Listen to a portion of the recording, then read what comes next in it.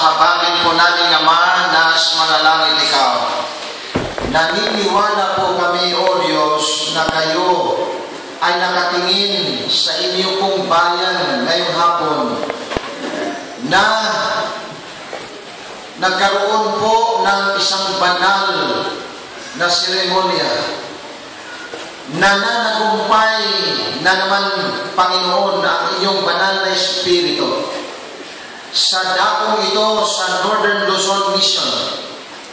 Sa pagpaspas ninyo, Panginoon, sa 5 mga pili ninyong mga pastor na siyang inyong binigyan ng malaking katungkulan, alang-alang po sa mga kaluluwa na inyo pong i-prepare bago po babalik ang inyong anak na si Jesus.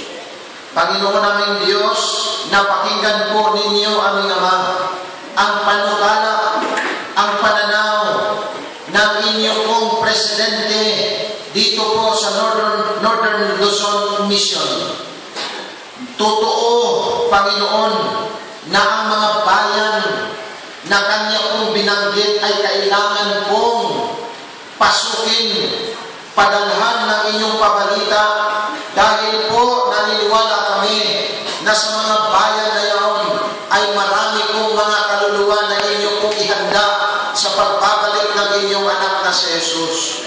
Tulungan po ninyo, aming Ama, ang mga pastor na nangangasiwa doon sa mga bayan na iyon, ang mga kapatid namin na naroon, Panginoon, nakatira, ang kanila pong mga membro sa Iglesia, Panginoon, tulungan din ninyo sila.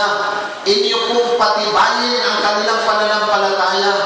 Inyo pong bigyan sila ng Espiritu na nagdadala ng pabalita sa kanila pong bayan na hindi pa napapadalhan ng pabalita, Panginoon. Sana po ang kanilang paglakad kasama ang kanilang sarili at ang kanila pong mga suporta sa pamamagitan po ng pera.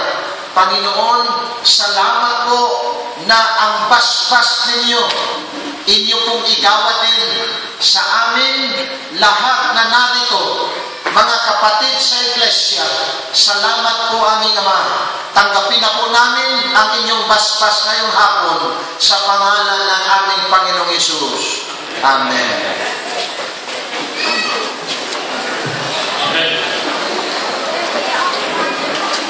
Dadako na po tayo sa commitment service. Kaya po kinatawag